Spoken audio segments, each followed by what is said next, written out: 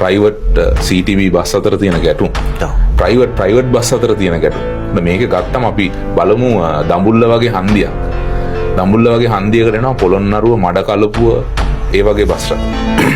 එතකොට ත්‍රිකුණාමලේ හබරණෙන් ත්‍රිකුණාමලේ ඉඳන් කොළඹ එන බස් එක පොළොන්නරුව කදුරුවෙල ඉඳන් එන ඒවා මඩකලපුවේ එන ඒවා ඔක්කොම හබරණෙන් ගැටෙනවා.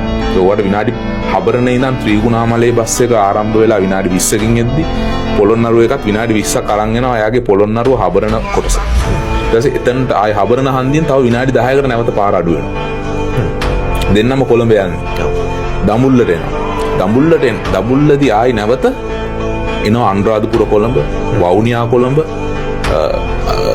මන්නාරම කොළඹ, යාපනයේ කොළඹ, මුලතිව් කොළඹ මේ සියලු බස් රථ ඇවිල්ලා මේ එතකොට බස් වර්ග එක පැයක් ඇතුළත බස් 10ක් විතර වැටෙනවා මේ දඹුල්ල කියන හන්දියට. අපි උදාහරණයක් මම කියන්නේ ඒ වගේ තියෙනවා ගාල්ල, මාතර, බදුල්ල, බණ්ඩාරවෙල, ඇඹිලිපිටිය, රත්නපුර මේ වගේ නගරවල බස් ඒ කියන්නේ පාර විනාඩියට ලං වෙනවා.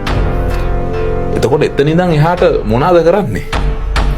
ඉතින් ඔය වගේ තත්ත්වයක් උදා වුණාම මේ දේවල් තේරුම් ගන්නේ නැහැ. කියන්නේ ඉන්න මං හිතන්නේ පරිපාලන මණ්ඩලයෙන් මේ දේවල් විතරම තේරුම් ගන්න.